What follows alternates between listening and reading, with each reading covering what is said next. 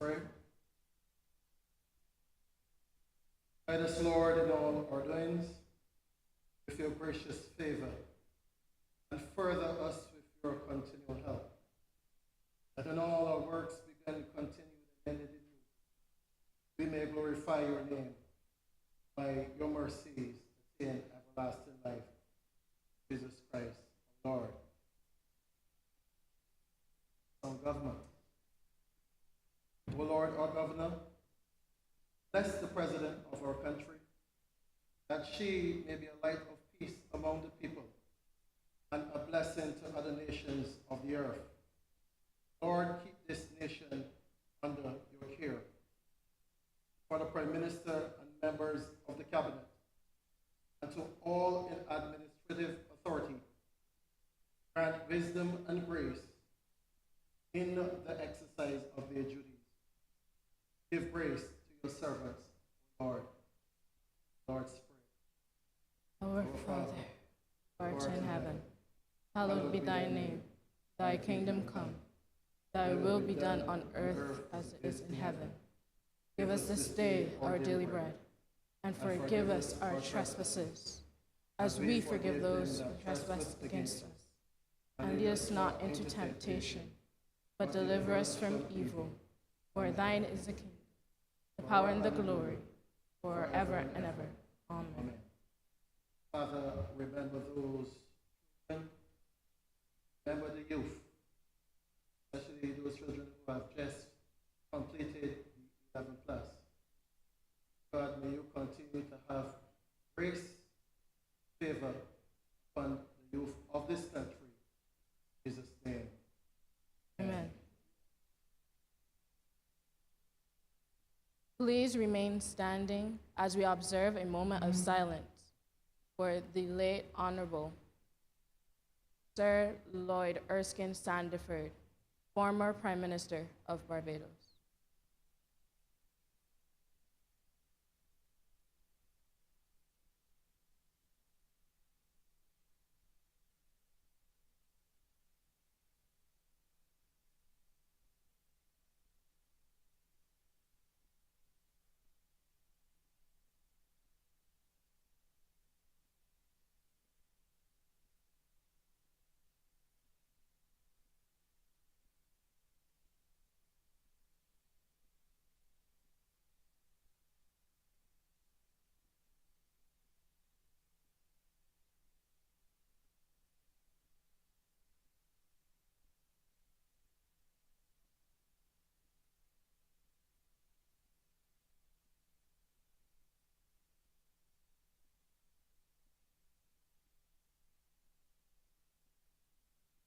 Thank you.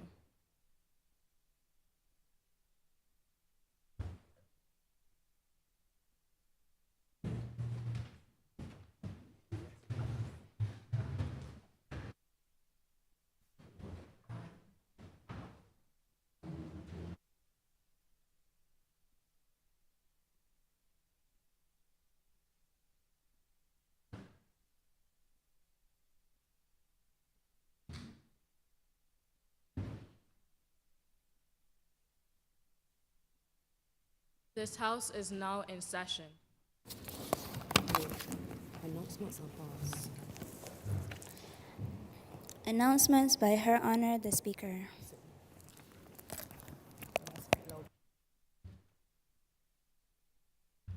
I would like to first acknowledge the presence of Her Honor Senator Elizabeth Thompson, Deputy President of the Senate.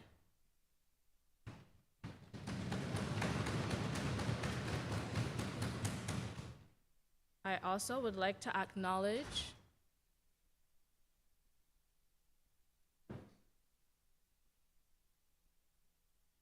the Minister of Youth,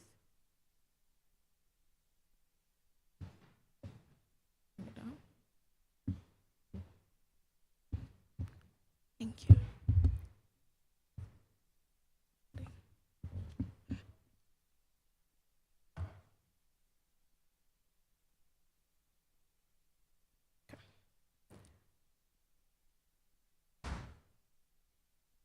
I would also like to acknowledge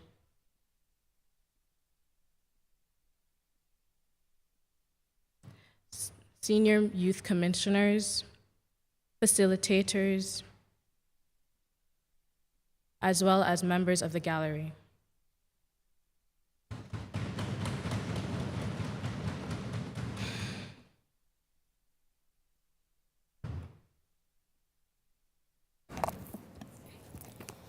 Messages from Her Excellency, the President. Petitions, papers, government notices, private members' notices, notices of questions, reports from select committees, first readings of bills, statements by ministers, congratulatory and obituary speeches, personal explanations, motions for leave and absence, oral replies to questions, notices of motions for the adjournment of the House on matters of urgent public importance, orders of the day. Government business. Government business is the order of the day.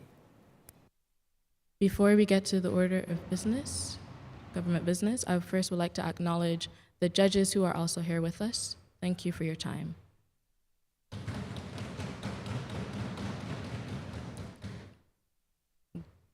Government business, order of the day.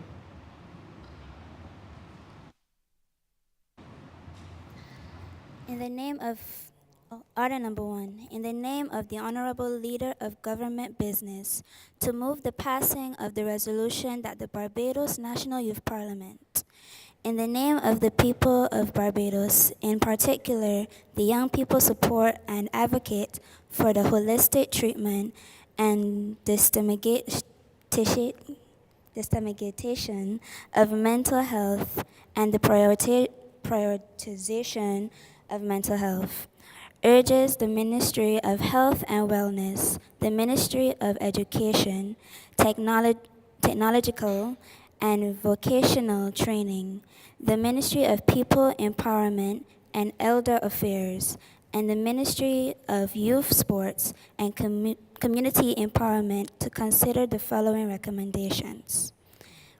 A. The BNYP, in collaboration with the other stakeholders, embark on the creation and expansion of a robust public awareness campaign to combat stigma, raise awareness about mental health issues, and promote help-seeking behaviors among young people across Barbados. B. Further prioritization of the reform of the Mental Health Act to be relevant for a modern Barbados. C. In educational institutions, the implementation of peer support groups should emerge as a valuable approach, whereby students volunteer are equipped with training and guidance to assist their fellow schoolmates. D. The establishment of more green spaces and further promotion of them to the public. E. Create more incentives and students studying psychiatry to improve the psychiatrist to patient ratio. F. The establishment of more adult daycares to offer our seniors a support community and social environment within which to age gracefully. And G. Promotion of already present and active mental health initiatives, as well as the establishment of government-funded initiatives to target men's mental health and provide safe spaces.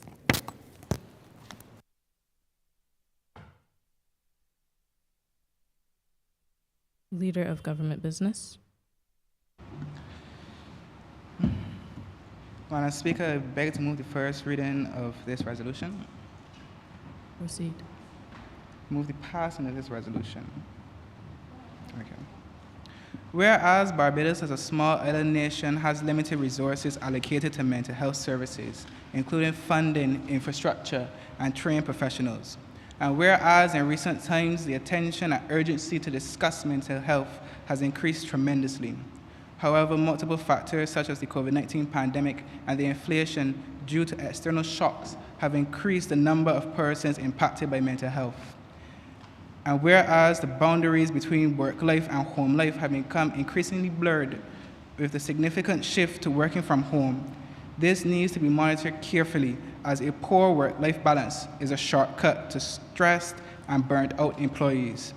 And whereas there is a need for amendments in both the Mental Health Act, which was last amended in 1998, as well as the Barbados Safety and Health at Work Act, which does not address the development of safe spaces for employees in the workplace.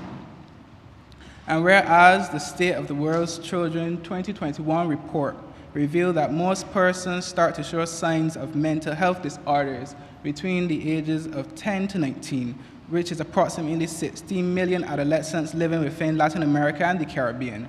And whereas the Caribbean Public Health Agency, CARPA, reported in October 2022 that mental health disorders are now recognized as the 5th major non-communicable disease and a major threat to health and economic development in the 21st century. And whereas approximately 10% of Barbados' overall health expenditure are dedicated to mental health, with the psychiatric hospital receiving nearly all.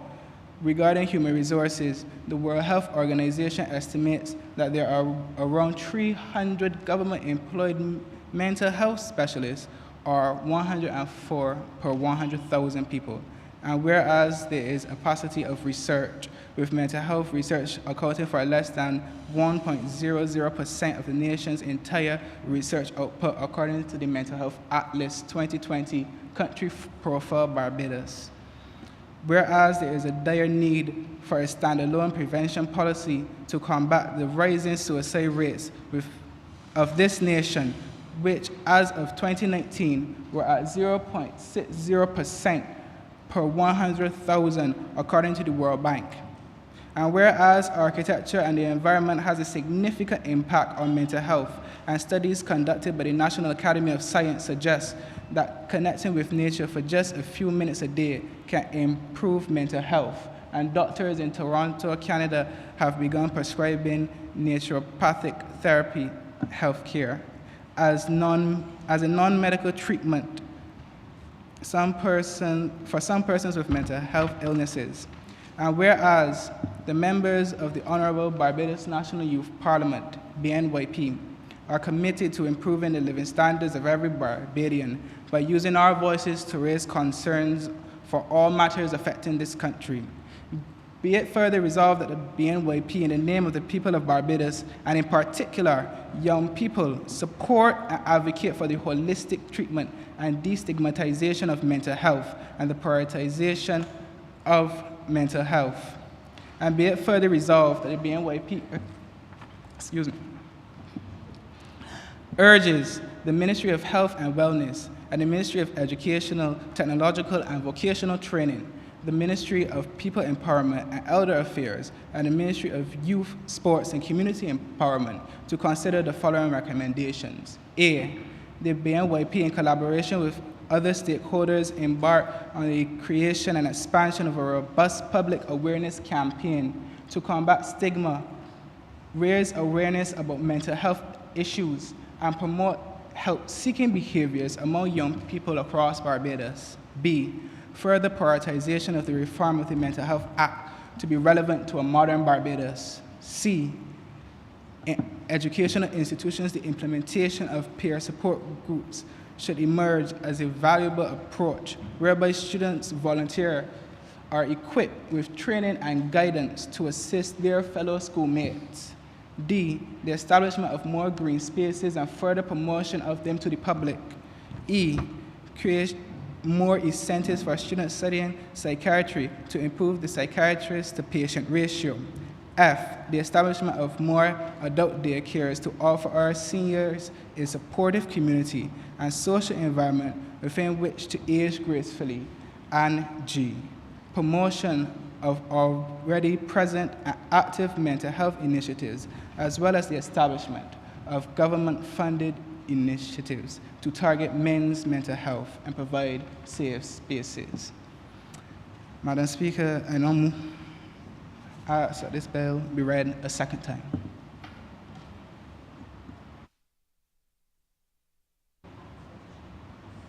And I now ask that it be passed.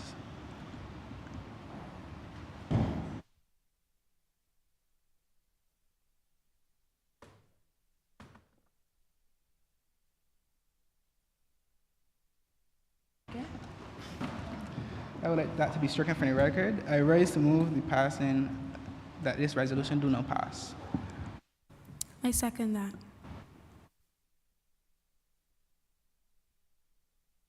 The resolution will be passed.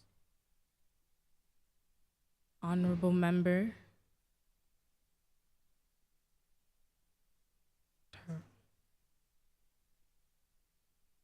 Honorable Member Jofana Eiffel.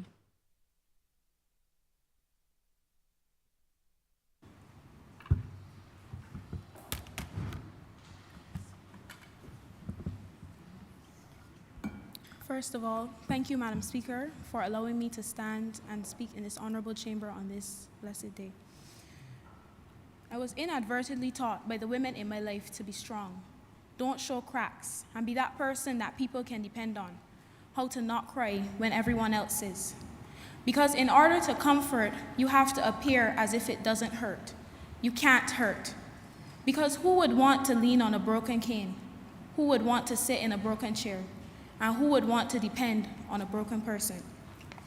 Things like sharing how I feel is not something I could do easily, because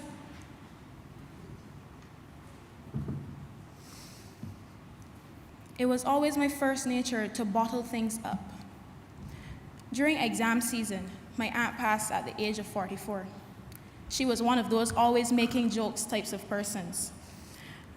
But she too never came and expressed how she felt. She too continuously bottled up the generational trauma and allowed the mental scars to fester, until eventually she had enough and she gave up the fight. In Caribbean culture, this is very common. Some people don't even believe that mental disorders, mental illnesses like depression, anxiety, and bipolar disorder are even real. See, if knowledge is understanding, how can our people understand if they don't know? The government has suggested that there be more robust public awareness campaigns in order to bring this knowledge to our country.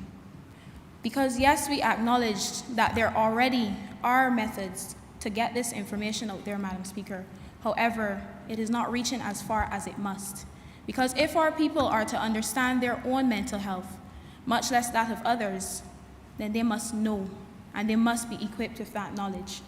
And we, the government, seek to not just provide more, but to grow it.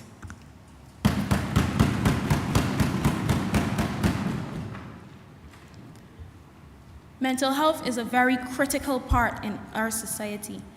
According to the World Health Organization, mental health refers to the state of mental well-being, and I quote, refers to the state of mental well-being that enables people to cope with the stresses of life, realize their abilities, learn well and work well, and contribute to their community.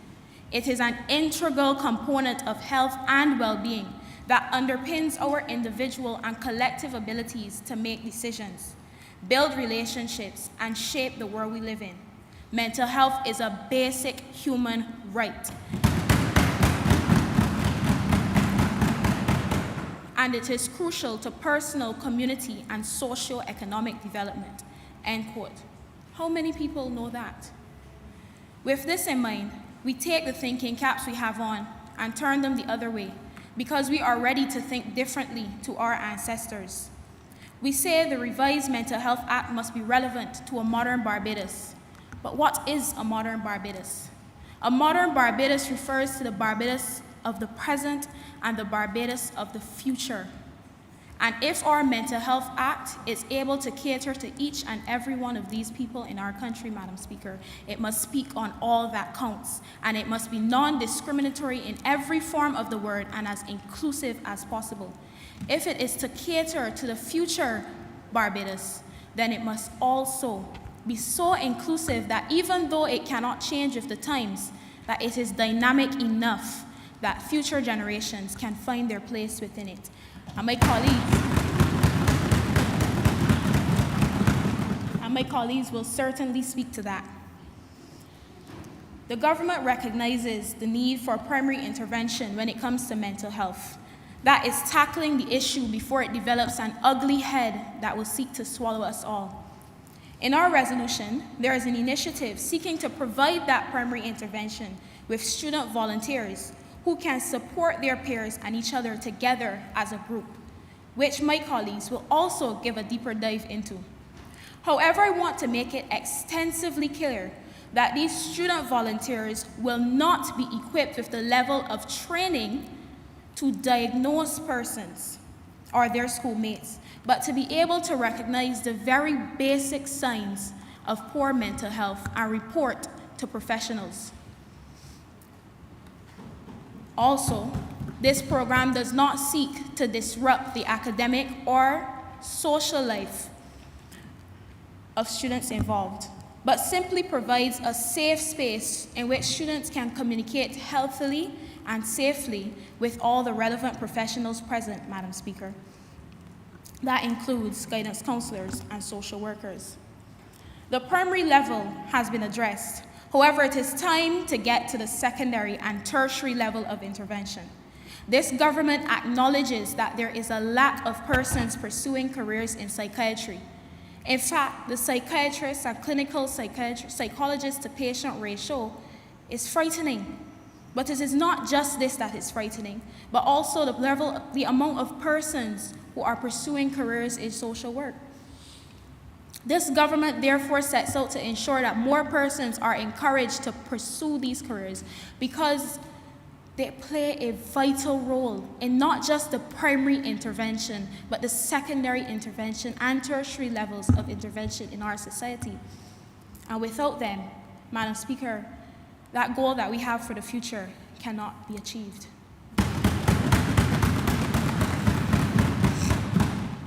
Madam Speaker, while the aim of this resolution brought before you is to be as inclusive as possible, the need for serious intervention when it comes to men's mental health too has been acknowledged. See, even though there are more beds for men in the psychiatric hospital than women, and even though women are less likely than men to seek help for drug and substance abuse, research from the National Institute on Drug Addiction shows men are more likely to use illicit or illegal drugs than women. It is no secret that many of our high-risk youth are males. The persons not pursuing higher education are males. And the persons, when we look in the media, the persons committing suicides, many of them are males. Crime rates, many of them are our young males. So would it not make sense, Madam Speaker, that our young males have a bit of that attention too?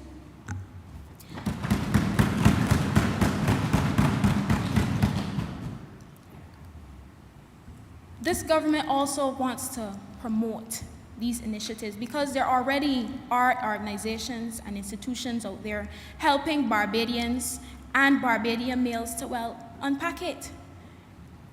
These organizations are doing good work, but in order to get the job done, we say there must be more.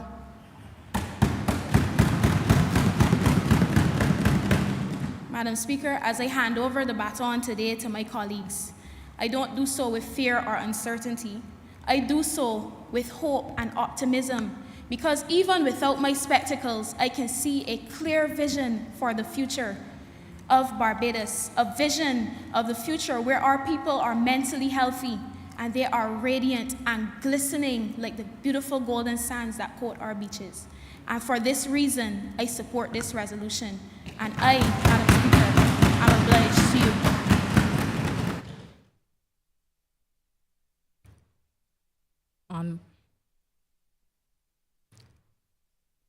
Honorable Member Tyrell Giles.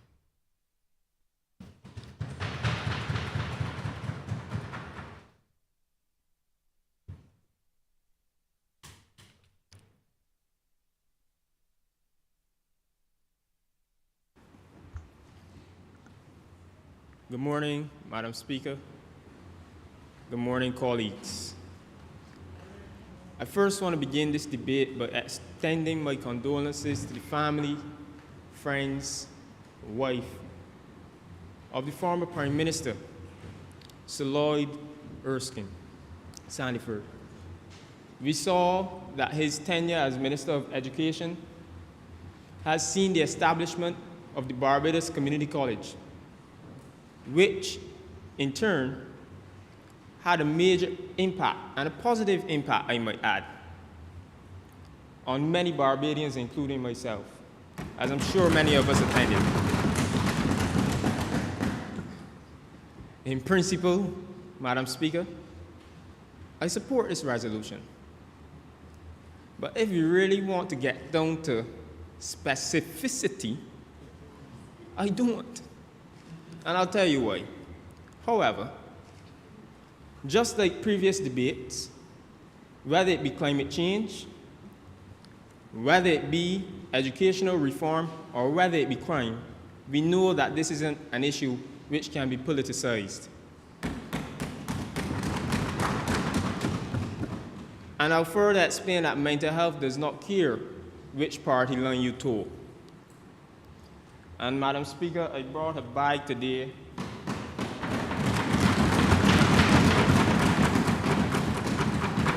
and you can see this is a rope.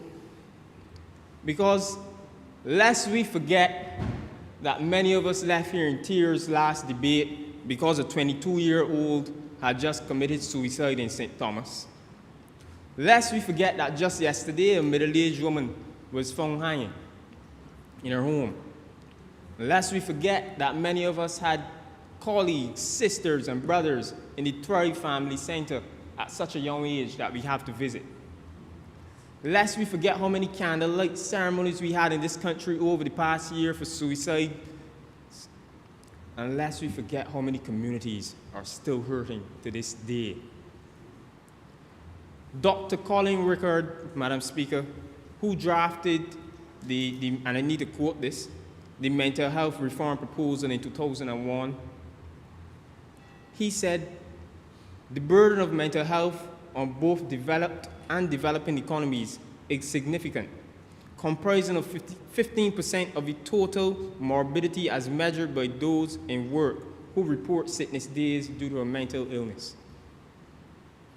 So you can understand that mental health and mental illnesses affect us all, even in work, which is why we now have the terms such as low days.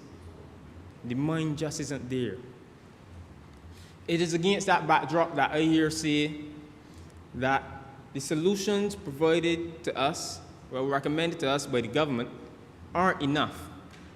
Because green spaces, Madam Speaker, and incentives for just psychiatry students, it shows that the resolution therefore lacks an academic review of the literature surrounding mental health. And I therefore go on to say that these recommendations will never have stopped those victims from using the rope.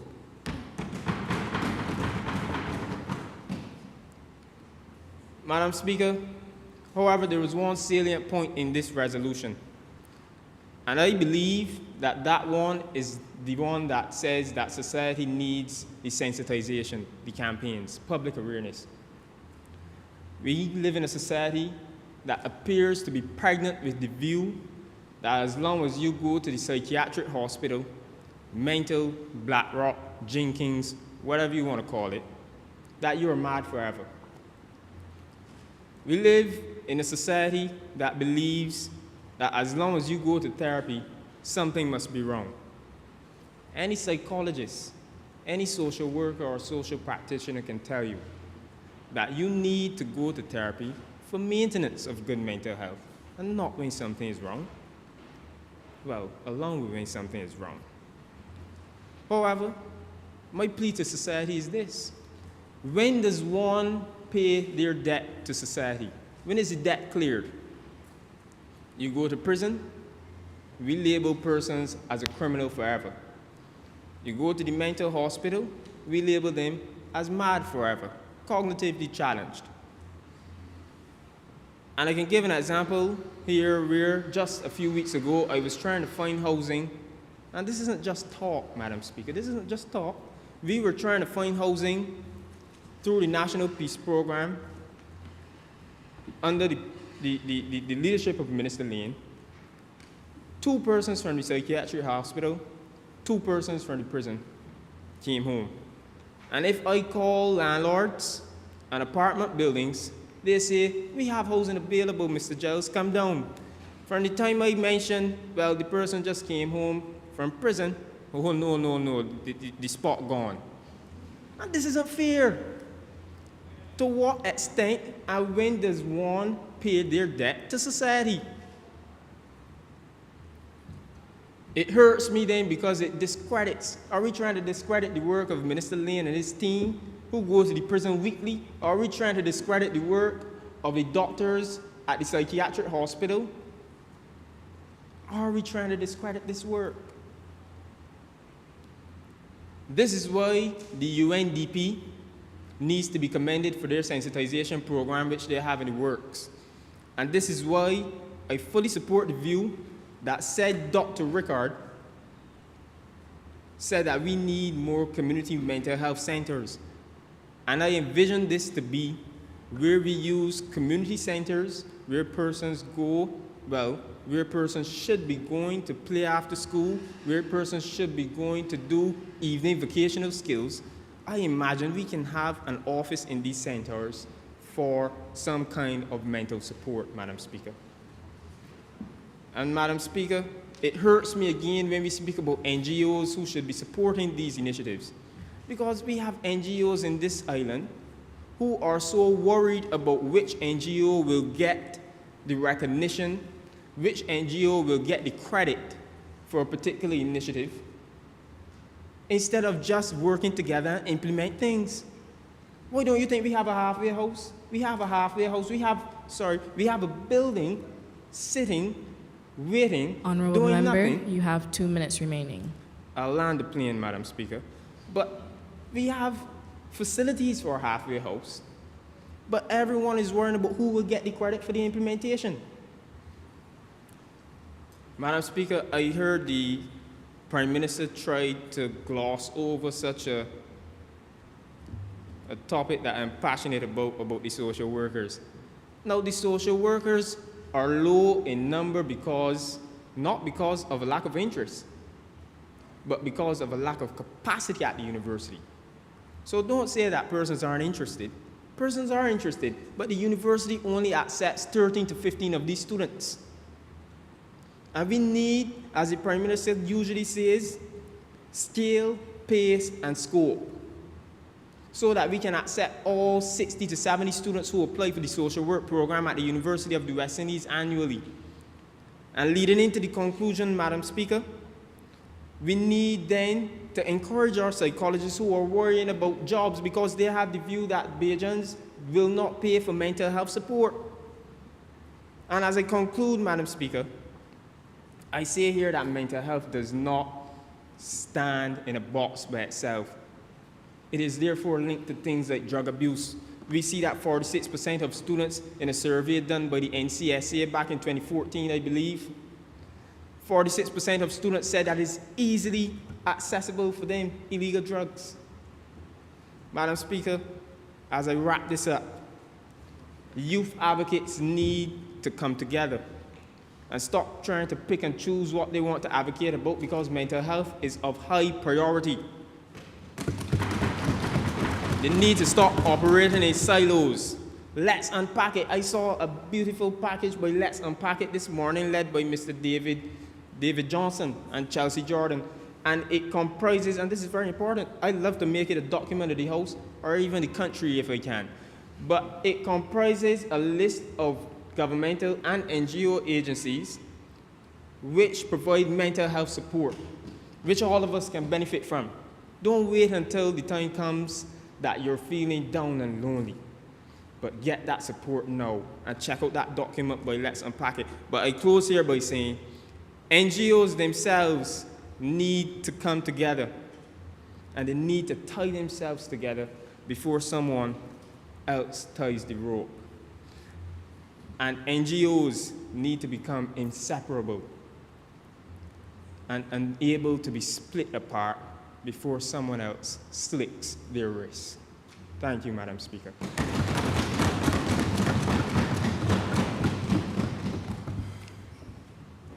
Honorable Member Tremaine Trotman.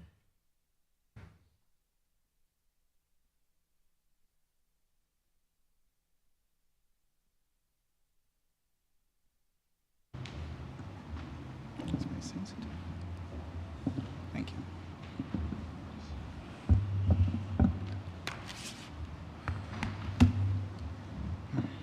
Thank you for recognizing me, Madam Speaker.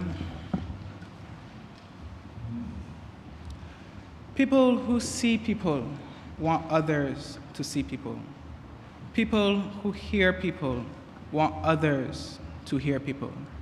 And people who feel people want others to feel people. A quote by the Honorable Prime Minister of this country, Mia Amor Motley. Madam Speaker, we are here today because we see people. We see how mental health has affected persons, especially coming out of the pandemic. That is why we are bringing this resolution to this honorable chamber today. These people who suffer in silence every day because their environment is not conducive to the well-being of their mental health. The Prime Minister sitting to the left of me cited the WHO in saying that mental health is a state of well-being, and that word, Madam Speaker, is important in underlining how we treat to mental health. It is not any different from our physical health. In the same way we feel sick some days, and other days we feel like we can jump over the moon, the same is true for our mental health. So true that a child could understand how states of matter change. Madam Speaker, I am sure we all learned in primary school and secondary school how water has 3 states of matter: solid, liquid, and gas. But let's get out of the lab and back to this debate. Because while our mental health is not as simple as the states of water, they are both affected by the environment in which they are in. Madam Speaker, do you know, according to the National Alliance of Mental Health, 1 in every 5 young people suffer from a mental illness. This could be due because of because of abuse, trauma, neglect, social isolation, or loneliness. I would like to cite UNICEF in their report, Generations Are Limited, the Well-Being of Young People in Barbados, where they spot that the cycle of poverty is often the result of trauma, generational trauma. And I remember when we visited the psychiatric hospital and the family clinic, they mentioned how they work with parents to combat and treat these generational trauma. And it is important that we get that education out to every single person in this country. Again, Madam Speaker, it is because of the environment. And the sad reality we face in this country is that not everyone has the ability to change their environment so easily. I'm sure we've all heard, well, if you don't like it, do something about it. Or, if you're in a bad situation, leave. But we cannot and should not, Madam Speaker, believe that every individual has that ability, whether it be because, as I mentioned earlier, poverty, or a single mother trying to provide for her family, or whatever it is, being, as I mentioned earlier, living in silence. That is why, Madam Speaker, this resolution here today speaks about hearing people. And we have a plan of action dedicated to ensuring that everyone, regardless of their age, sex, religion, ability, social or economic standing, can have access to mental care. This resolution speaks to the establishment of more green spaces and further promotion of them to the public. Madam Speaker, a green space is defined by Lucy Taylor in her research entitled Defining Green Spaces: Multiple Uses Across Multiple Disciplines, as that which includes forests, parks, water bodies, recreational and sports grounds, and goes on to broaden that term later in her study as any natural area or urban vegetation. Madam Speaker, the importance of green spaces cannot be ignored. As I would have read in this House earlier, that naturopathic therapy is already being prescribed by doctors in Canada to patients who feel mentally ill. We all know how bad we wanted to be outside during the COVID-19 pandemic and how good it felt once we could begin to move around as we wanted. I have an aunt, Madam Speaker, who loves being outside, just doing something. Whether she's tending to her garden, doing woodwork, making plant pots using a technique she saw on YouTube, that is when she isn't watching African movies. But the point I'm making, ma'am, is that whether she realizes it or not, subconsciously, every time she says, I feel bored, I get outside and do something, she is not only improving her physical, but also her mental state. And on the other side of the spectrum, I have an uncle who lives close to the city, where the houses are so close, if he wanted to grow tomatoes, he could not. But his way of subconsciously dealing with mental health is by going on the block and socializing. Now, Madam Speaker, imagine if those roles were reversed. My uncle might easily go and find a new block or run shop to socialize. And I'm not sure my aunt would be able to cope in the same way. While I, as a member from St. Andrew, can enjoy the greenery that we have, I am cognizant that not all Barbadians are so fortunate. That is why this government has mentioned green spaces in this resolution, because it's our hope that persons will use these spaces when they need a change in environment. And the environment does not only speak to physical, but it also speaks to the social. It is no surprise that we live in the most interconnected time in history, yet many of us feel so lonely. It is time we feel people, Madam Speaker, empathize with people, and stop treating others as if they are just notifications that we can swipe away at any time. In a country where human capital is one of our most important resources, we cannot allow anyone to fall on the wayside. Check in on your friends and family, as socializing can improve your mental health. Yet there are those who believe that socializing is not important. And Nicholas Eppley, in a 2022 paper, calls this under-sociality, where persons underestimate the positive impacts of socializing, as a person's well-being depends heavily on the relationships and maintaining those positive relationships. For those, Madam Speaker, who need more serious help, the government plans to increase access to mental health care by ensuring that all polyclinics and outpatient clinics have the necessary resources needed to provide care to their patients. No person in this country, or furthermore in St. Andrew to be specific, should have to be waiting 2 to 3 hours on a bus when their mental illness is high.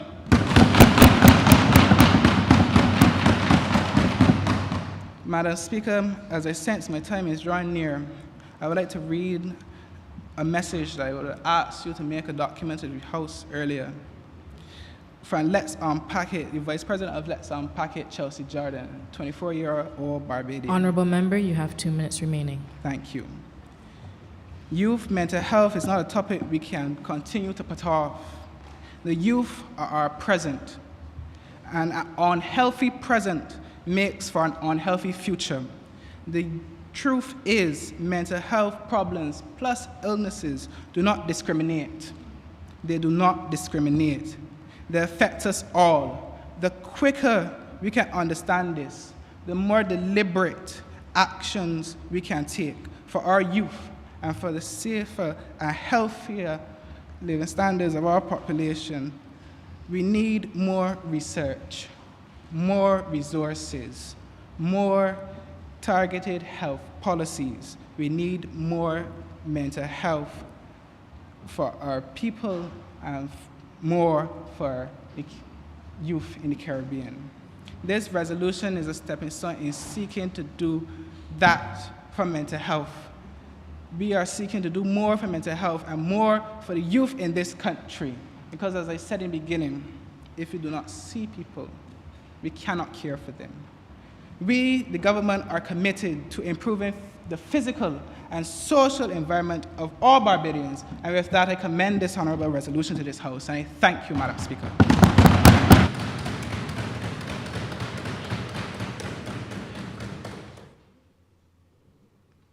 I recognize Honorable Member Nikolai Peters.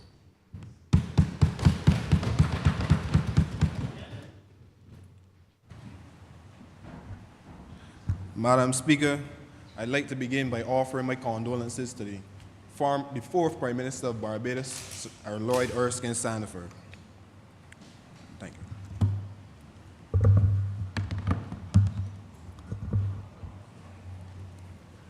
What is mental health? It's the thing that should be paramount in our lives. Today, I wasn't sure if I was going to be as vulnerable as I intended, but after seeing the tour of the psychiatric hospital, it changed my mind. I had a change of heart. On October 2022, I was hospitalized at the UE Hospital in Jamaica while studying. February 2023, the QEH Hospital. And not so long after, and it may come as a shock to some people, February 2023, assessed at the psychiatric hospital. Now, my thing about this is that upon hearing this, some people's opinions may change of you, because how you get there, you're doing drugs, you're doing this, what happened? Now I'll tell you this much. Stress, lack of sleep, all of these factors can lead you to the collapsing of your brain. Now let me ask you this. When the engine check sign comes on, we don't ignore it, or at least we shouldn't, I should say, because some people do. And now that that information was shared, we can get into what the statistics look like. The statistics go something like this. An estimated 26% of Americans aged 18 and older, so that's roughly 1 in 4 adults, suffering from a diagnosable mental disorder. Approximately 9.5% of American adults aged 18 and over will suffer from a depressive illness inclusive of major depression, bipolar disorder, or dysphonia each year.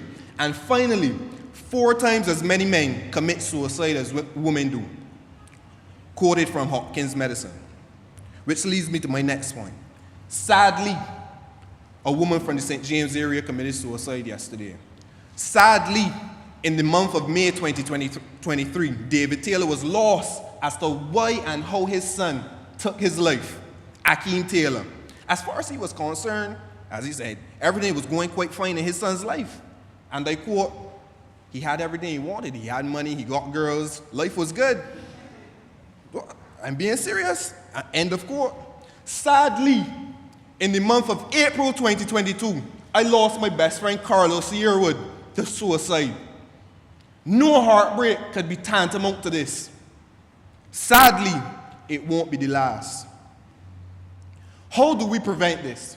How do we dilute and potentially eradicate, 1, the stigma, 2, the crippling and detrimental thoughts polluting and possessing our youth and citizens at large? How do we get people in the early stages? By early, I mean when the weight is not as yet as heavy on their shoulders. I'm here today quite literally to say, just because you've lost your way does not mean you cannot find it again. My answer to these questions, MHM. In the time that I had to think, in the time that I had to recuperate, whether mentally or physically, because 1, I lost weight, and that's another thing I must point out. What are the signs that someone's mental health is deteriorating? Could it be the deterioration or degradation of their dress/attire? Could it be their withdrawal from public settings? Could it also just be a deafening silence in a public area or, Again, my answer, MHM. I've coined it mental health management. In hopes of working in congruence with the government, we as youth parliamentarians will take an approach similar to that of a youth consultant. Only difference being They're seeing people in a closer age range and will bring on comfort and a sense of reliability. Funding will somehow be attained so we can buy journals for the younger children. Hopefully, we can have a bi-monthly physical check-in. Confidentiality will be had. Healthy and vulnerable relationships will be had. And this is in response to G about implementation. While promotion is all fine and dandy, creation is also imperative, hence MHM. It may seem minuscule, but you know what they say. The journey of 1,000 miles begins with one step. Ladies and gentlemen, we're steering the vehicles of our lives. Therefore, in the future, help a sister and a brother steer. We must be kind to each other, we must listen, and we must also have a sense of empathy in everything that we do. Because one, you do not know what people are going through. Two, you don't know if it will be the straw that breaks the camel's back. Quite frankly, this was the most frustrating episode of my life. It's still going on. 8 months in, I lost my speech. I couldn't walk. I wasn't eating. I lost 20 pounds, for crying out loud. And you know, lying on a hospital bed, do you know what it's like to hear the most asinine comments about yourself when you're really just going through it and you need a shoulder to cry on? If you ask a man in today's society what's going on, he's not going to tell you. And I promise you, a decade later, he'll jokingly say, man, they're going through something back then, but the truth is he would never say it. And you know how I know it? Because it was me. I know people like that, and I don't want any more Carlos Earwoods. I don't want any more Akeem Taylors. I don't want any more of the rope, as my brother would have said. As the legend Buju Banton said, be strong. Keep your head above the water. One day, things must get better. Yes, colleagues, big brother, Madam Speaker, thank you for listening today, and I hope that this is not out of state and out of mind by the end of this conversation.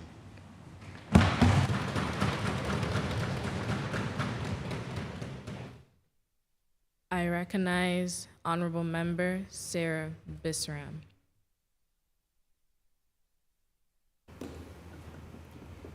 Madam Speaker, honorable members, good morning.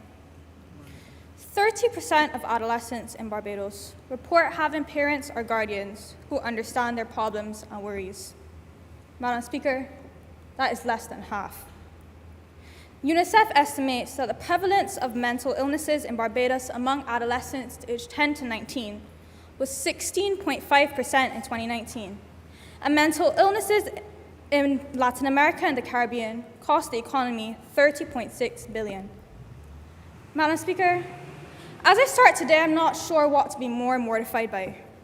The silent cry for help in these statistics, or the fact that, like the rest of the world, many Barbadians are unable to even define the term mental illness, let alone recognize the symptoms or risk factors associated with any of them.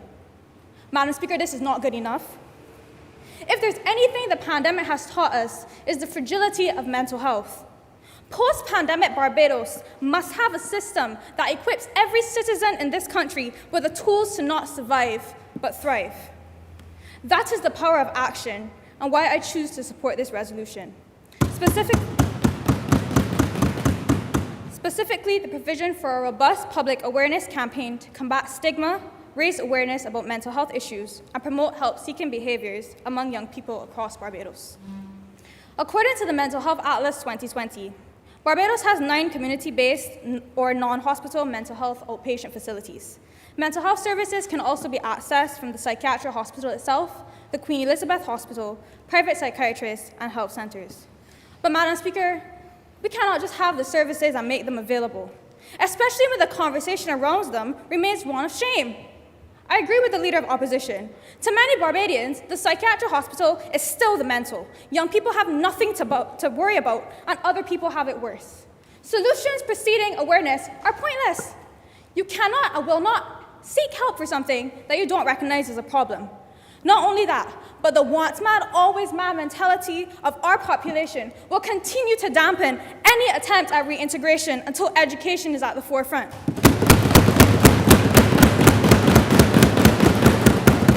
We talk about lack of research. and how successful research includes the voices of those with lived experiences of mental health conditions. But Madam Speaker, the truth of the matter is that by labeling every other person as mad, we have not proven to anyone that they can safely engage or actively participate. And so the challenge of developing relevant mental health programs and initiatives continues, and it will continue.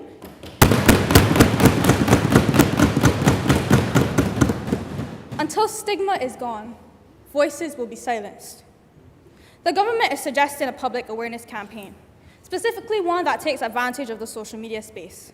Something as simple as a jingle debunking mental health myths, or Instagram live conversations with mental health professionals and experts, or even hosting creative and literary arts competitions where we encourage people to research and share their experiences with mental health go a long way in placing a spotlight on the issue. We're already seeing the impacts of such campaigns. A lot of people mentioned Let's Unpack It. Let's Unpack It. Right here in the Caribbean, is providing a platform for actionable conversations and breaking down the stigma. Their initiatives like Feature Fridays and upcoming podcasts are instrumental in correcting misconceptions about mental health. Yes, there are already initiatives in place. But Madam Speaker, we're talking about expansion and consistency. The same way I can sing along to CBC ads at 7 o'clock and rattle off the periodic table is the same way I should be able to sing the mental health crisis hotlines. But Madam Speaker, I can't. And I'm sure that the honourable members in this chamber can't as well. The people that need the hotline can't. Madam Speaker, during 2020, 8 of the country's suspected suicides claimed persons under the age of 40. Of those 8, 4 were teenagers. Behind that fact are faces. Faces of people who deserve to access help without stigma. Faces of people who deserve better than just get over it. Faces of people who deserve to recognize symptoms and seek help. Faces of people. Our people. As I conclude... Honourable member, on what point do you rise? Hi, good morning again, Madam Speaker. I rise on a point of order. The honourable member is misleading the House. We, the youth of Barbados, have significantly shown our displeasure with jingles, bus stops, or wherever else was just mentioned. We think that we have to be a bit more creative when trying to raise public awareness. Thank you.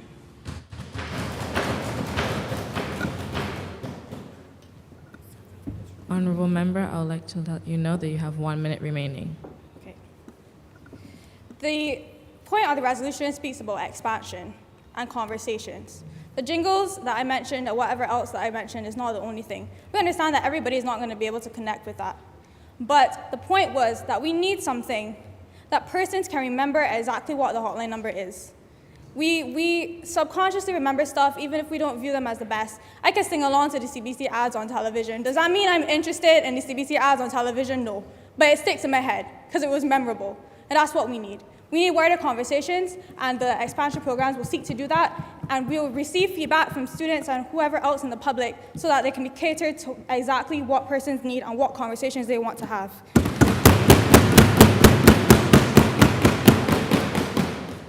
As I conclude, I leave with the following. Something's tightening around the orb, guaranteeing my existence, and is making it harder to be. Caribbean mental health youth advocate and spoken word artist, Khadija Halliday. Silent cries for help. That's the struggle of our people, and the impact is incalculable. We live in a society where it's a sin to not be okay. What we choose to do next matters. Cannot continue in this fight against the mental crisis without the weapon of an educated and sensitized public. That's the first step of change, and exactly what this resolution seeks to do. I'm obliged to you.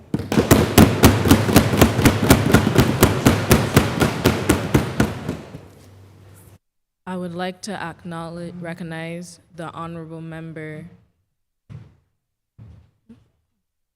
Tyson Holder.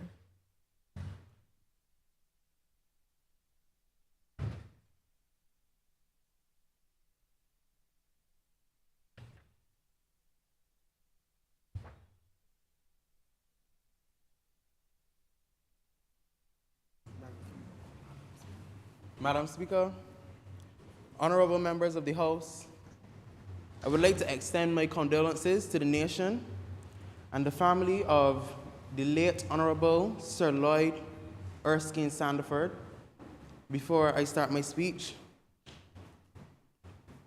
now, I am pleased that we have been given the opportunity to shed light on a topic that has been underlooked for far too long.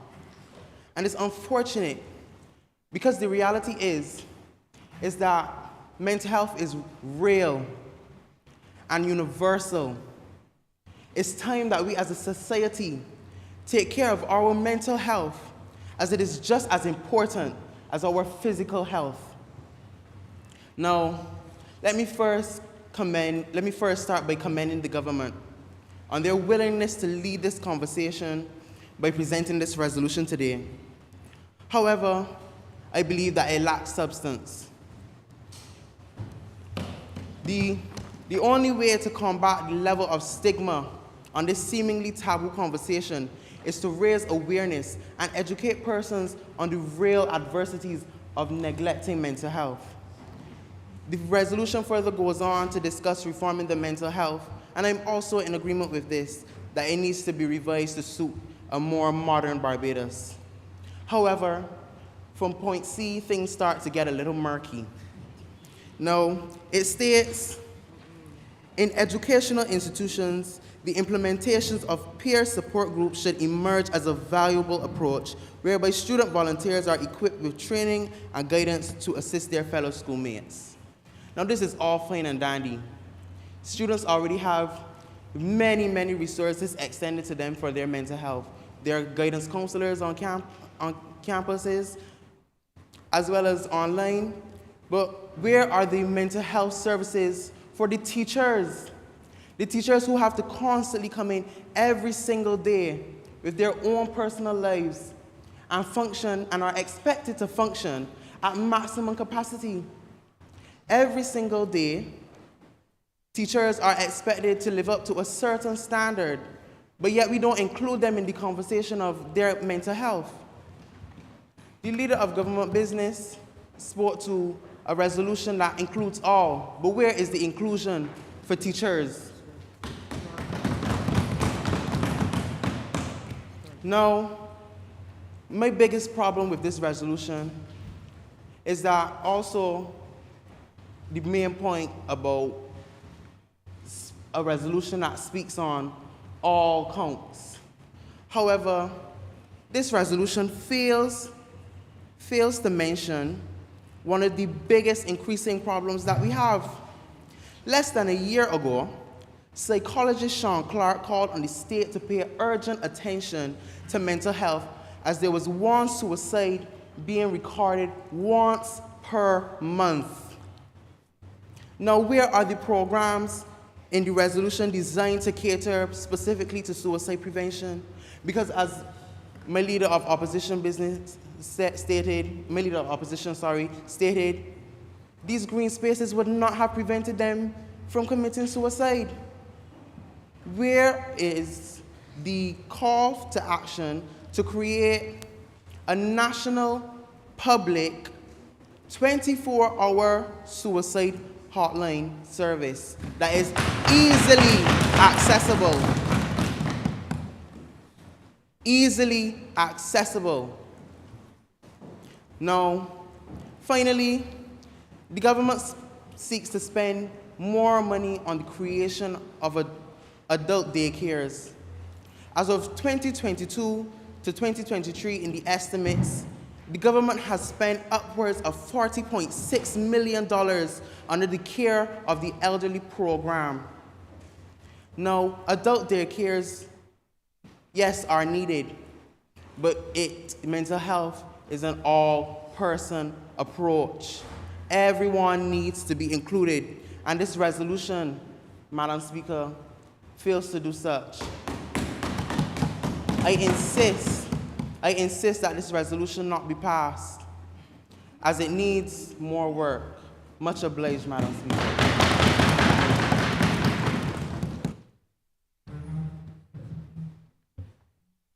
Honorable Member Caleb Roach. Thank you for the recognition, Madam Speaker. Ma'am, today I would first like to start by saying I fully support resolution laid before this honorable chamber provided by my government. But today, ma'am, I would like to focus on the policy aspect that needs to happen in order for the resolution to become, as we stated before, inclusive, relatable, and up-to-date for modern Barbados. And ma'am, this can happen through facilitation through government. Government has the social partnership. Government is able to engage the stakeholders, such as the Let's Unpack It organization, the disability community. Everybody in the country needs to be able to sit down with government and lay out the issues that they are seeing with their sectors in mental health. Because at the end of the day, ma'am, it is a whole country approach and not just a government side approach. Ma'am, I also would to draw reference to 2019 report by the Ministry of Health and Wellness. Ma'am, in this report, they outlined their commitment to reintroducing and reforming a new robust system for financing. And this framework, ma'am, would like to highlight two critical recommendations within this report. The first one, ma'am, was recommendation to make mental health, to make the health system more effective, and to implement a system that can generate and guarantee earmarked funding that can be used to hire and train specialized staff for the psychiatric hospital who I know need it, as stated by many members in this honorable chamber. But man, not only they need the resources lacking, but I believe that it's necessary for our nation's development that we have more specialized trained staff in the country, because, ma'am, I think only seven psychologists on island, and ma'am, that's not enough for a country that has a population over 200,000. That is not enough. And that's why this government is committed to prioritizing the reform of the Act. Honorable member, on what point do you rise? Madam Speaker, the honorable member is misleading the House. I'm not sure which Barbados he's living in that only has 7 psychologists, but we know that psychologists graduate from the University of the West Indies in the dozens every year. Wait, okay. But, Madam Speaker, I know the honorable member was at the psychiatric hospital with us when they said that a lot of the people when they graduate university, they leave the island, brain drain right there, ma'am. So, honorable member, I'd like you to please educate yourself and have an elephant memory. Thank you. But, ma'am, not only just we need the resources and the personnel training, but, ma'am, the system does not, as people may have stated earlier, it does not properly include the youth. And that's why in this report, ma'am, it states the establishment of a national adolescent health strategic plan and adolescent health and wellness promotion areas in both mental health and sexual health. Madam Speaker, these are initiatives that are needed. Well, thank you, Prime Minister. But, ma'am, the ministry was able to build this report based on the momentum in the 2030 agenda, because, ma'am, they recognize that in order for the sustainable goals and development to be reached, consistent and heavy funding must be given to our youth. And, ma'am, that is why we say that the prioritization of the reform is needed to include all of this that I just stated earlier. But, ma'am, not only just the youth is not properly included, but the disabled community, ma'am. When we look at other countries like Australia, there is a national disability insurance scheme. A scheme, ma'am, through vigorous consultations with their civil society, they were able to do that. I'm not saying that we were able to do it on the same scale as Australia, but I mean Barbados is a country that can punch above its weight, and we can do it in a pragmatic way that can benefit all of society, especially those in the disabled community who also suffer from mental illness. Ma'am, I believe that Barbados, if we want to reach the gold standards of excellence, not just the funding, ma'am, but the inclusivity is needed. And, ma'am, I'm not just saying this as just talk, because this government is committed to doing the action. Honorable member, you have 1 minute remaining. Don't worry, ma'am. I'll land the plane. But, Madam Speaker, I also now take this with that backdrop, salute the noble professionals at the psychiatric hospital who, despite the lack of resources, despite the lack of support and advocacy, they're still able to go in every single day and do a noble job and to administer the mental health treatment that the country is so in dire need of more support of.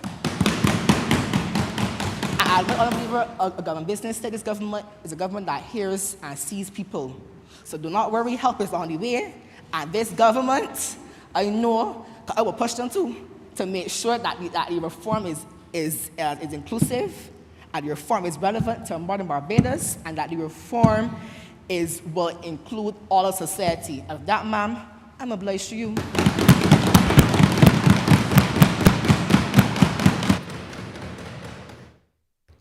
I recognize the Honorable Member Maya Spooner.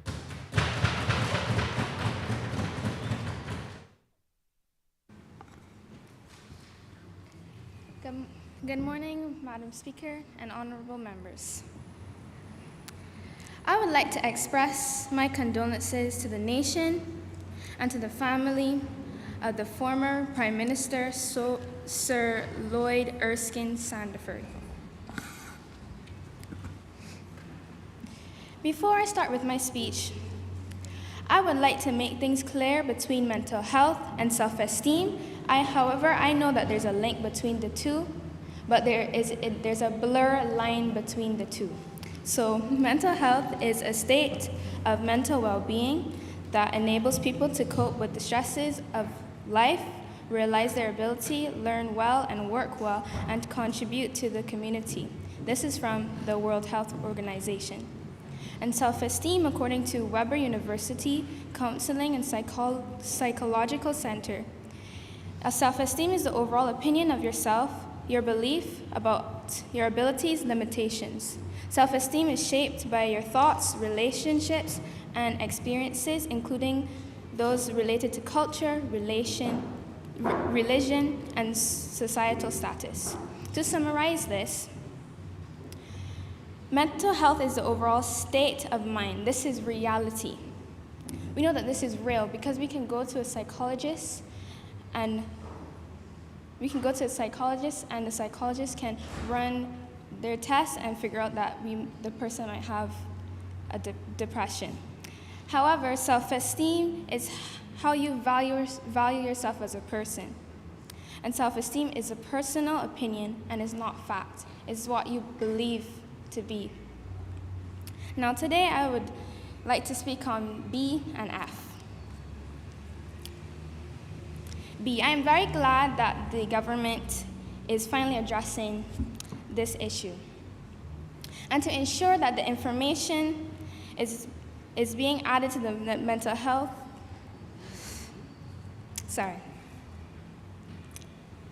To ensure that the information added to the Mental Health Act is helpful and beneficial and of substance to the society, to help the people of Barbados, and to help create and develop this new modern Barbados. And this can be achieved by conducting surveys and having community research. Because by conducting these surveys and doing community research, we can collect data and information about the current state of mental issues of Barbados. Thus examining this so that you can add more value or you can take out what is not necessary in the Mental Health Act. F. In subset F, there are 21 existing adult daycares across Barbados, mainly in St. Michael, Christchurch, and St. Philip. And establishing more adult daycares is simply not enough, because I believe, Madam Speaker, that 21 adult daycares is adequate to be relocated across Barbados. Honorable Member, you have 2 minutes remaining.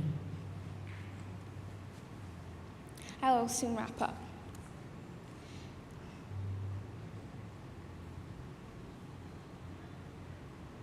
To ensure that these adult daycares are relocated adequately, I also believe that surveys should be conducted as well, so that you are able to see in what parishes there are highly populated area for elderly people. Wrapping up, Madam Speaker. I believe that a program or a training or education system should be implemented to help educate people who are taking care of their elderly loved ones. And I don't see this in subset F, because people get frustrated, and the easiest thing that they can do is throw their elderly loved ones in the hospital.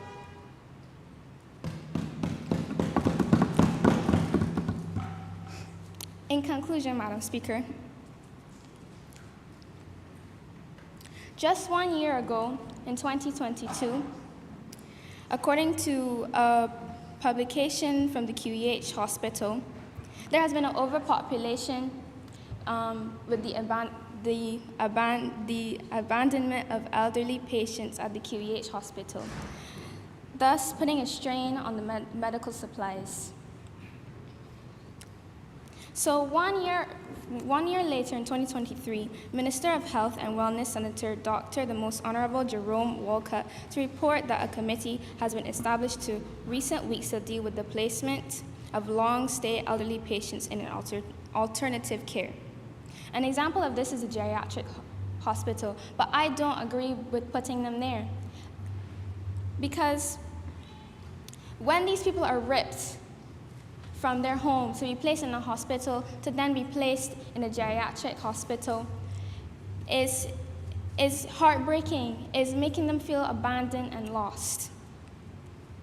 Honorable member, your time is up. Okay, thank you.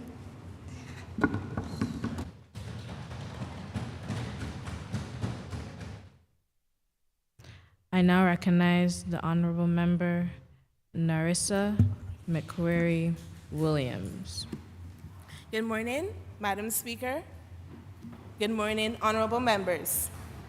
There's a time for everything and a season for every activity under the sun. A time to be born and a time to die. A time to plant and a time to uproot. A time to tear down and a time to build. Now is the time to reset and rebuild the legislative foundations of our mental health system in this nation to accommodate the growth of our nation. Honorable members, I'm not sure if you've had taken the time to look at our Mental Health Act. There's no denying the fact that this should be a relic of our past. This 34-page document, it focuses on the institutionalization of individuals facing mental health challenges, looks even at the management of their property and their affairs. But on our tour of the psychiatric hospital, what did you see? Did you not see a staff committed to the well-being and the rehabilitation of their clients? Did you not see a staff looking to reintegrate these individuals into society? The director is even seeking to look for ways that they reduce hospitalization. Should not our act reflect such efforts, support such efforts? But we want to take it a step further, because when we say holistic, we mean holistic. This reform should look at including all community-based approaches that we can consider in this country. Currently, if you go on the streets and ask about mental health, just discussing mental health, individuals may first think of the psychiatric hospital and then a few other stories that they heard that are not pleasant. But is it not because mental health in this land is almost synonymous with the psychiatric hospital? Again, our act reflects that.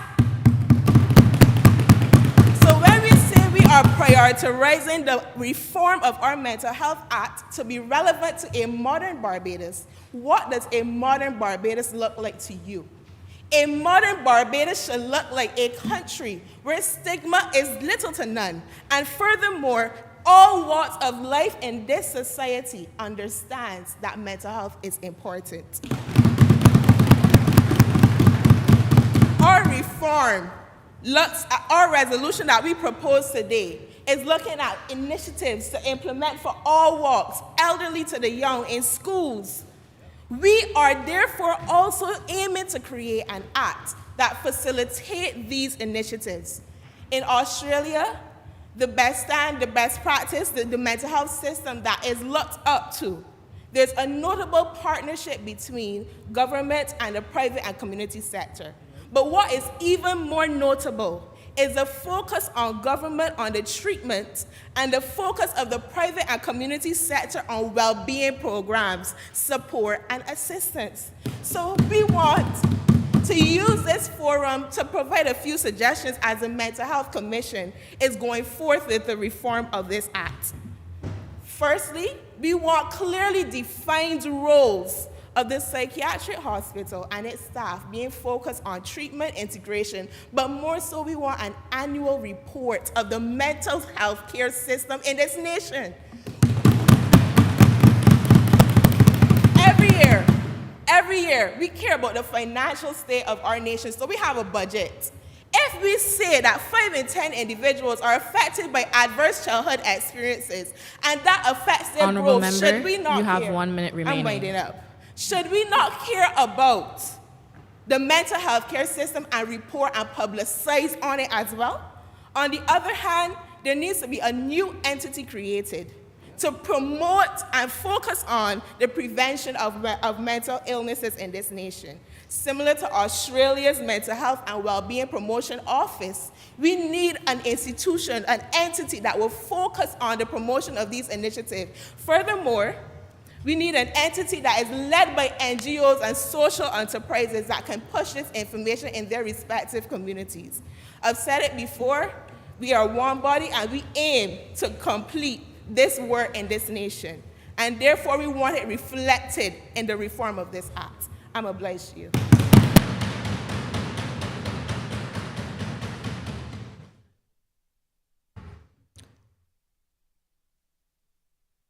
I will now recognize the Honorable Member, Nathaniel Niles. Thank you, Madam Speaker. Ladies and gentlemen, today I would first like to give my condolences to Sir Lloyd Erskine's Sandiford family. I pray he will continue resting in peace. But today, I come to deal with the resolution. Right? Let's look at Resolution D. It states clearly the establishment of more green spaces, further promotion of them to the public.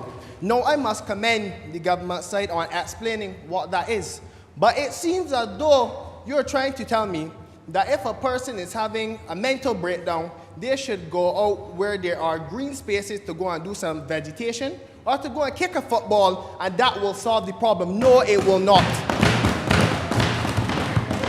So when you are going to bring an implementation, state to me correctly how it will help with mental health. Because the normal Bajan have to understand what is the point of the implementation, not only us in this honorable chamber. So work on that. Thank you very much. The next point I would like to look at is F in the resolution. It clearly states the establishment of more adult daycares to offer our seniors a supportive community and social environment within which to age gracefully. All right, I agree. Honorable Member, on what point do you rise? Madam Speaker, raised on a point of order. The honorable member is misleading the House. If he would have read the resolution and listened to my speech, he would have seen that being in nature and just spending time in nature for just a few minutes a day, as outlined in the resolution, has already been seen and proven to have a significant impact on a person's mental health, so far that doctors are prescribing it. And the best way to combat mental health is prevention. So the member is grossly misleading the House, and I would like you to retract that statement. Madam Speaker, firstly, I would like back my time wasted, and secondly, I do not retract my statement due to the fact that because it worked for one person does not mean it will work for everybody. Your request was acknowledged. Thank you very much, Madam Speaker. No, I personally agree with the resolution implementation F, but however, I would like to say I would like the same for the patient at the psychiatric hospital. Why can't they have a supportive community to help deal with their mental issues? Why wasn't they put on here to be helped? Why only the old persons, Madam Speaker? But I will let the government figure out their problems. On to other matters, Madam Speaker. Suicide in this country. We realize that these days a lot of males are going through the adders, as the old people would say, due to suicide, due to also shooting, and also prison, Madam Speaker. Our males in this society are going, and the question comes to mind, when the males go, how will procreation come about? Because as far as I know, it takes a man and woman to create a child. Let's look at the birth rates in this society. The decline in birth rates, to be exact. It says here that it declined 25% in 2019, 2020, and 2021, and it went up 1%, 26% decline in 2022. And the information comes from macrotrends.net for those who want to see if it's credible.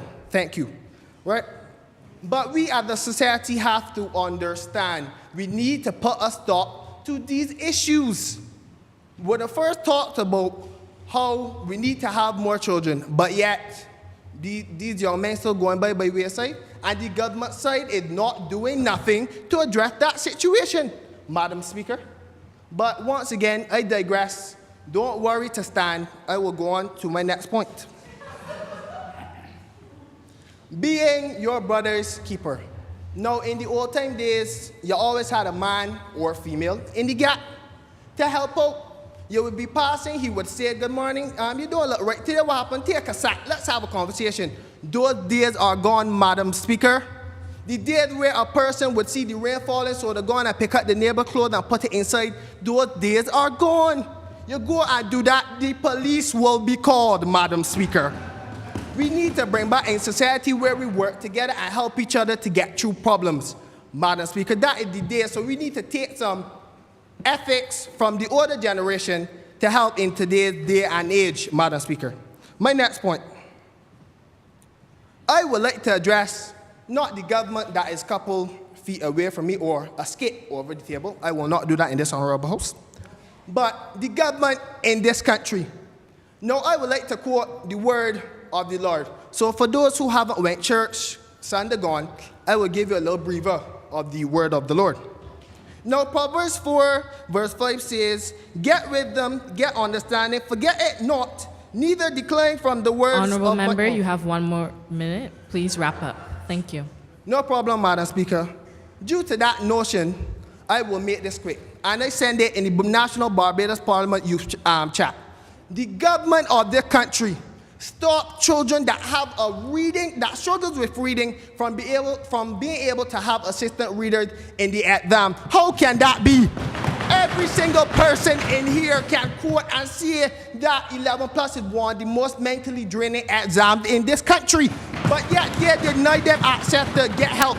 The principal clearly stated that due to not having the assistant reader, it is probable that these children's marks will be lowered. How can the government of this country deny the help that those children needed? The principal and their parents worked together to pay a psychologist to show the necessary paperwork that showed their struggle with reading. Now, as far as they know, in this society, if you can't read and you can't write, that means that you're what? Illiterate. But in this case, these children just struggle with reading. So I understand that favoritism is real, Madam Speaker, and I land in the plane now. I understand that favoritism is real, but they could have stated, okay, let's do it in private where the children could get the assistant reader to ensure that Honorable they go member, to the your right. time is up. Madam Speaker, can I just finish off, please? Please. Please wrap it up. Yes, please, And Madam swiftly, Speaker. please. I am just saying that those students should have gotten the assistant reader to make sure that they go to the right school. We have to come to the conclusion whether or not we want to get the next generation something to build with, or if we want to get them brimstone and ashes to sweep out. And with that, I am obliged to you. Thank you very much, Madam Speaker. Thank you. I will now recognize The Honorable Member Ariel Harewood. Ariel, apologies. Madam Speaker, honorable members, good morning. Today I stand here to use my voice to speak about the mental health of school children. Now, the mental health of school children is, to me, a kind of sensitive topic to me because me being as a school child is very sensitive to me. But mental health challenges among students have become increasingly prevalent, and it is crucial, and the educational institutions need to address this issue very effectively. Now, I will be talking on point C, where it states the implementation of peer support groups within the schools. I believe, and we believe, that the implementation of peer support groups within the schools are very much needed. Why? Because one, not all students really, let me say quote unquote, trust people, and the first person that they will turn to when something is wrong with them is their friends. Be quite honest, it is going to be their friends when they have something wrong with them. That is one. Two is that the peer support group can offer understanding and effective empathy that not all adults always possess.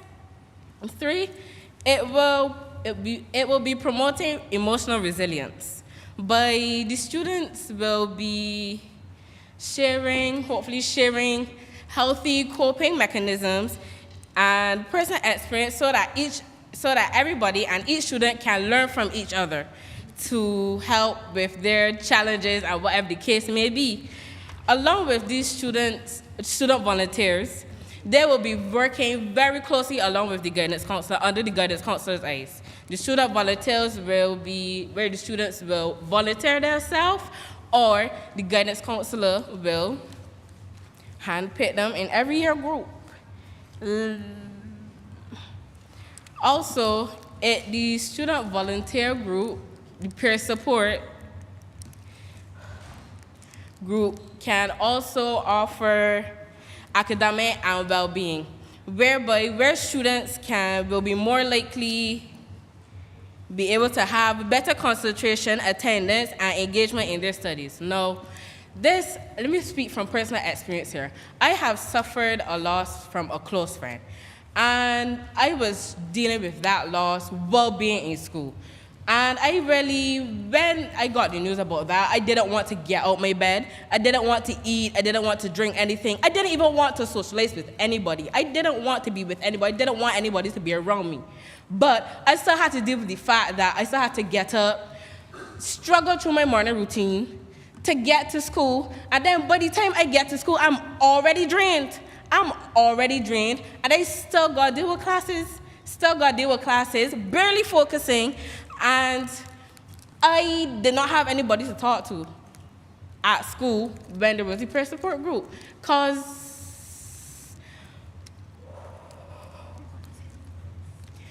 So that's why I believe the peer support group should. Honorable Member, you have 2 minutes remaining. Please wrap up. Thank you.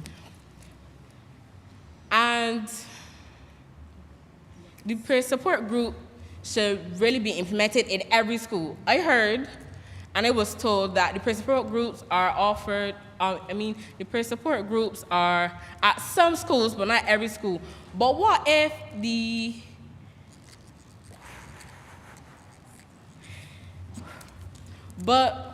if there was a time where a student, Madam Speaker, is just battling something, and they don't have anybody to talk to. They don't really want to go to the guidance counselor because they might think that the guidance counselor is whatever the case may be. But, Madam Speaker, the peer support group will be there to offer empathy and to try to guide along the way the students that are struggling with dealing with the mental health issues, Madam Speaker. Honorable Member, at what point do you rise? Madam Speaker, I rise on a point of order. This fellow government member is misleading the House. In fact, the last 3 of them misled this House. I don't want to call them liars, but they haven't seen the truth in a long time. Madam Speaker, peer support groups among primary schools. Madam Speaker, annual reports.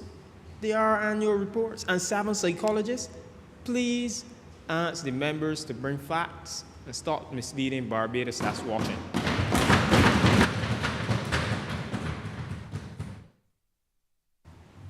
But, Madam Speaker, I can only speak about what I know, because within my school, the peer support group is not there.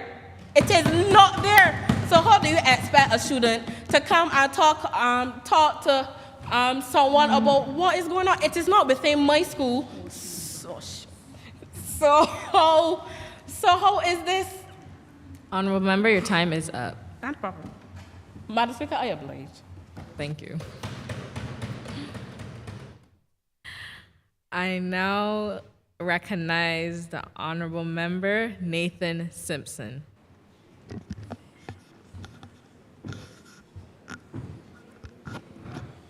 Good morning to you, Madam Speaker, and the members of the House. First, I wish to start by saying that mental health is not a destination, but it is a process. It's about how you drive and not where you're going.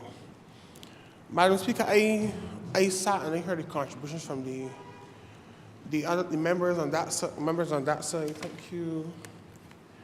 And some of the members on this side as well. And it is clear to me that some of them are delusional, because some of that side,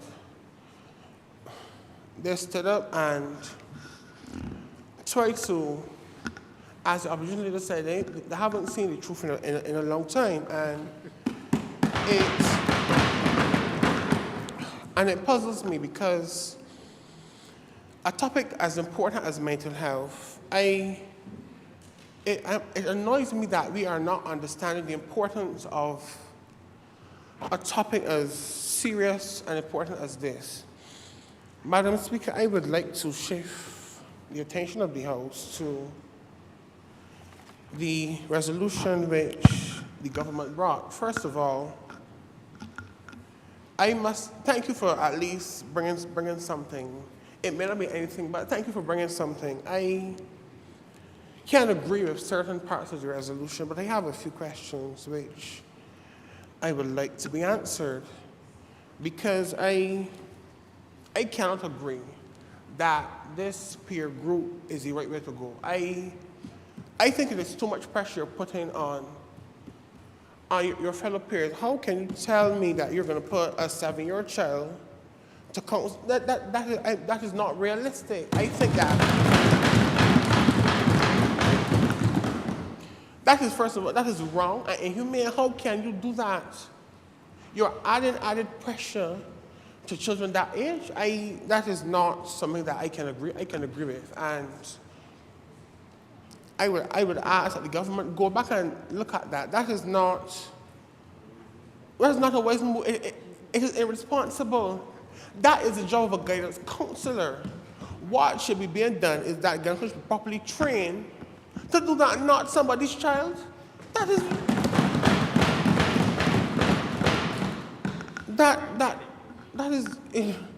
is irresponsible. And for government to bring that, it shows to me that they are playing the fool with this. They're not serious about this. But I'll leave that there for now. I think somebody else will address that.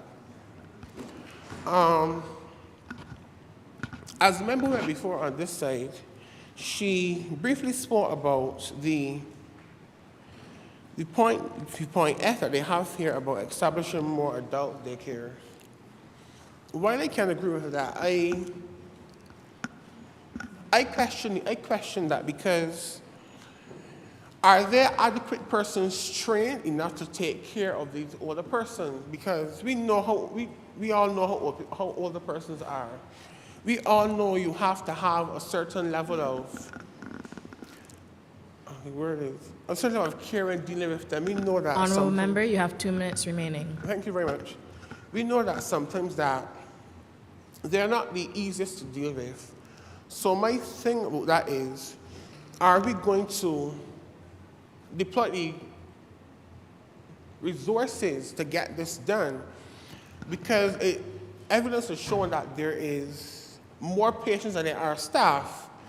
So I just want the government to look at that before thing. Really quickly, Madam Speaker, I know my time is coming to a fast end. I would really like us to look at, as a member mentioned, our schools. We spoke here about different stakeholders. We mentioned our peer groups as well. But in our schools, as I said, our teachers are a vital part of this. Our teachers too have to deal with these issues every single day, and there is nothing that is being done to support them in it. So I wish to urge and implore that we have a look at that, because our teachers are also, their mental health matter. Honorable member, your time is up. Thank you. They are very important to this society, and I would like to thank you for your time, ma'am. Thank you for giving me a little extra time over. Thank you. Before we continue, I would like to acknowledge Mr. Tristan Ward, UNICEF representative, and Mr. Ryan Mosley, YES manager. Thank you for your time. Continuing, I recognize the Honorable Member Trinity Weeks.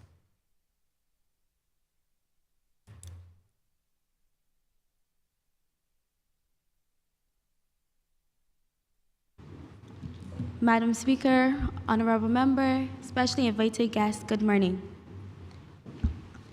On December 2nd, 1993, a man was shot in the head attempting to flee from his hometown. Global headlines would speak of his death for months. His hometown was known as one of the most dangerous cities on earth. But recently, this city has been transformed.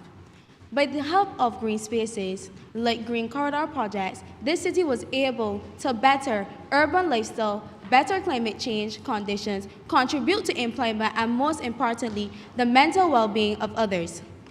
This project, which brings multiple benefits to the city, is a clear example on how nature can not only solve problems when it comes to climate change, but also mental health.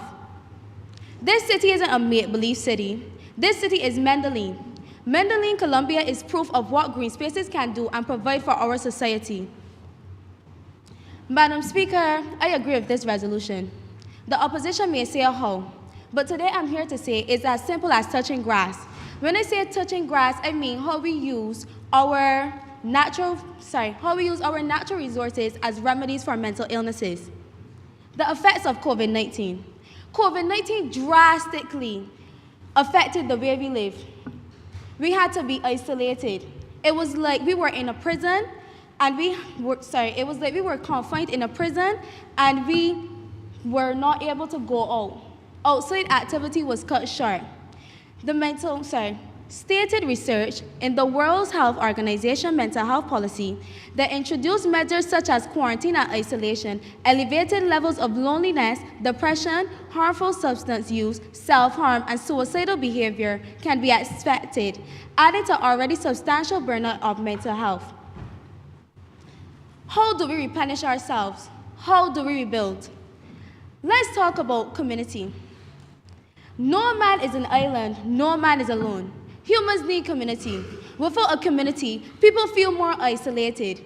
We already established major and minor parks, which are also a type of green space, but we need more of those parks in every community. Let's talk about the promotion. We must further promote green spaces through public awareness campaigns. We must make these green spaces worth looking at, worth enjoyable. Let's look at physical health. As it states, health is wealth. Not true.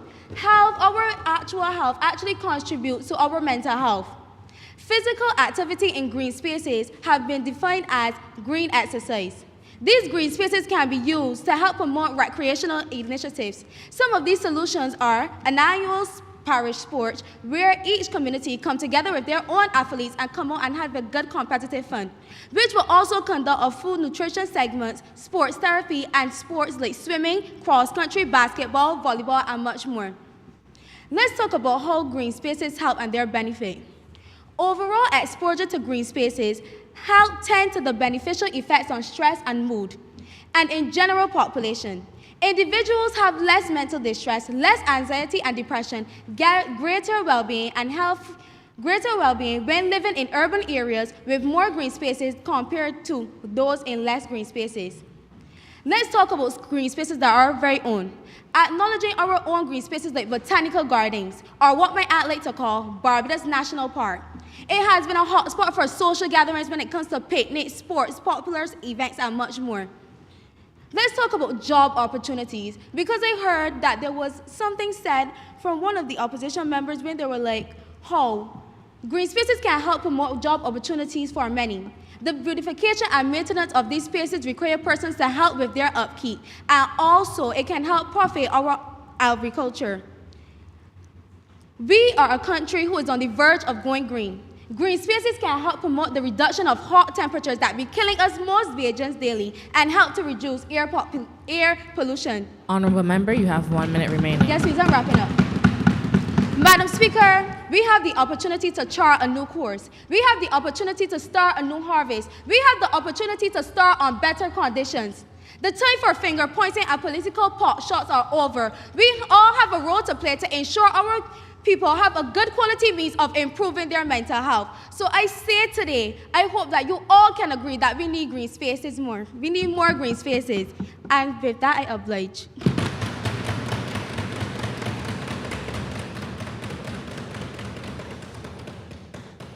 I now recognize the Honorable Member, Abigail Johnson. Thank you, Madam Speaker. Madam Speaker, today we have come to discuss a topic in our society that surpasses the confines of a government and opposition, that extends beyond the borders and the territories of Barbados, and it is one which surrounds mental health. According to the WHO in 2019, which is pre-COVID, they estimated that 1 in every 8 persons were living with a mental disorder. And to put this into perspective, that is 976 million individuals. And if you want to look at young people, UNICEF stated in that same year that 1 in 7 young persons or adolescents, so persons between the ages of 10 and 19, were also living with a mental illness. And we can bring things a bit closer to home. In a systematic review on meta-analysis of the prevalence of mental health and behavior problems in the English-speaking Caribbean, it was found that between 1 in 4 and 1 in 5 adolescents experience symptoms of mental health problems. And these are alarming statistics. And just looking at it as an individual, you could eyeball it and see that Barbados has a higher prevalence of mental illness. So it begs for us to ask the question, what are we going to do about it? And if enough was being done, we would not be having this conversation now. Madam Speaker, we have a popular saying in Barbados, you can take the horse to the water, but you can't make it drink. And so then the question arises, how do we not just make mental health accessible, but how do we make persons want to access it? How do we remove the embarrassment of having a mental illness? How do we portray to society that you were not too young to be depressed? You are not hearing voices because you are demon-possessed, and you are not less than because you are suffering from a mental illness. In other words, or as the resolution would state, how do we destigmatize mental health? And the government has mentioned that they would like to destigmatize mental health, and they have not given any concrete solution or any statements of how they intend to do so. But I will. And in order for us to do that, Madam President, we first need to understand what mental health is. Mental health needs to be something that is spoken about in our schools, in our communities, with our primary care physicians, amongst our friends. And Madam Speaker, we have a large amount of resources that we can use to spread the message, whether it be social media, whether it be CBC, as was mentioned previously, whether it be radio programs or flyers, because we understand that this is a problem that it does not care how old you are, it does not care who you are, and we have to reach each generation, and that's our intention. So continuing along that line, Madam Speaker, when it is that we understand what it is and we can speak about it, the next is to know the signs, because if you don't know the signs, then you don't know what to look for in yourself and even in others. And global and regional statistics have pointed out that depression and anxiety are the most common, so those are where we should start with, because common things are common. And it is with the understanding that a depressed mood doesn't constitute the diagnosis of a depressive syndrome. Understanding that depressive syndrome may come along with symptoms of suicidal ideation, a change in your appetite. You may speak slow like I am, or you may even speak faster, and persons may note that. But understanding that each of these things can occur, because if you can't recognize something, why would you seek help? And those are the things that we need to do, and that is not what I'm hearing the government state, Madam Speaker. The next thing that we also need to include would be conversations surrounding suicide and self-harm, especially the correlation as it relates to alcohol and substance abuse. We recognize that many of the cases of suicide, there is a correlation between alcohol consumption, Madam Speaker, and what do we intend to do about that? And Honourable Member, you have 1 minute remaining. Thank you, Madam Speaker. In the interest of time, I'll try to move a bit faster. The next thing that I'd like to touch on, Madam Speaker, is the point of the resolution which speaks towards where the government states they like to create incentives for psychiatry students. And Madam Speaker, I asked the question, is it really a problem with interest? If the Doctorate of Medicine and Psychiatry has a set amount of positions, regardless of how many persons are interested, if you have a set amount of persons, that set amount will graduate. So where is it? What does it have to do with interest, Madam Speaker? And we look at the Mental Health Atlas for 2020, which pointed out that we had 20 non-governmental and governmental psychiatrists. It also pointed out the 4 psychologists that were had. And Madam Speaker, that is what we need to incentivize. Honourable Member, your time is up. Madam Speaker, may I have 1 minute to conclude? A fast 1 minute, please. Pardon? A fast 1 minute. Thank you very much. Madam Speaker, in conclusion, the conversation today that is being had is not addressing the root problem. The seeds of distrust and mistrust and even are sown deep in the Barbadian society, and mental health, in essence, has become somewhat of a provocative term, with persons knowing that this is something that can happen, but it can't happen to me. And Madam Speaker, that is what we need to address. The stigma against HIV was not fought with jingles, Madam Speaker. It was fought with action that took time, and that is what we need to put in. And in conclusion, Madam Speaker, in the words of Matthew High, mental health problems don't define who you are. They are something you experience. You walk in the rain, you feel the rain, but you are not the rain. I am obliged.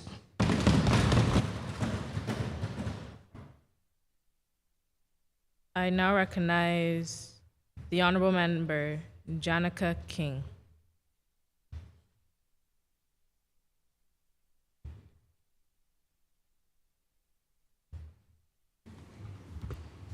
Madam Speaker, honorable members, good morning.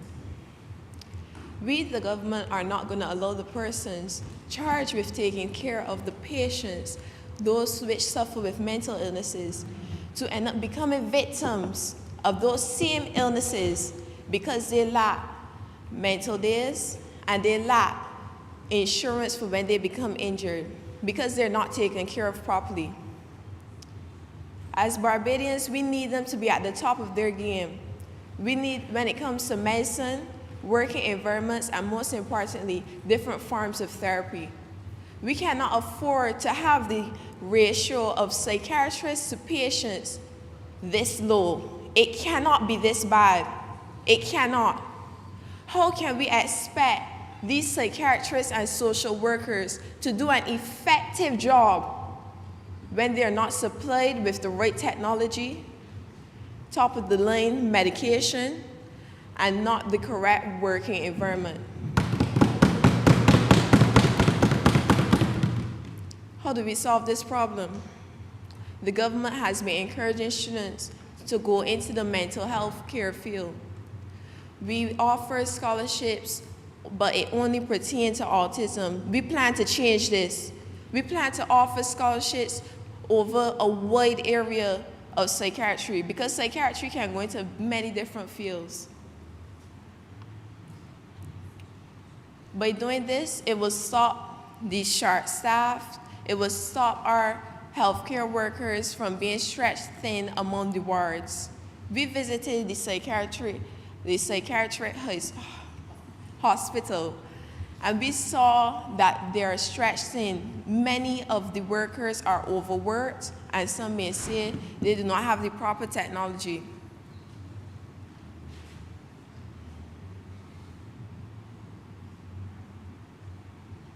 The government believes that producing specialists right here in Barbados who are taught how to treat and help persons manage their health care before it starts to deteriorate will help. I ask that we will look at this differently. Not what's wrong with the psychiatric hospital, but Honorable member, you have 2 minutes remaining. Thank Please you. wrap up. Thank But you. how do we lessen the amount of people that are entering there? How do we stop our young persons from going in there so fast? How do we prevent it? Before I close up, I would like to emphasize that although we are government and opposition, we work together towards the betterment of the people of Barbados. And I can proudly say that this resolution presented by the government is the best thing for the people of Barbados. Yes, we are open to your suggestions. We are not closed-minded, but right now, it is the best thing. I oblige.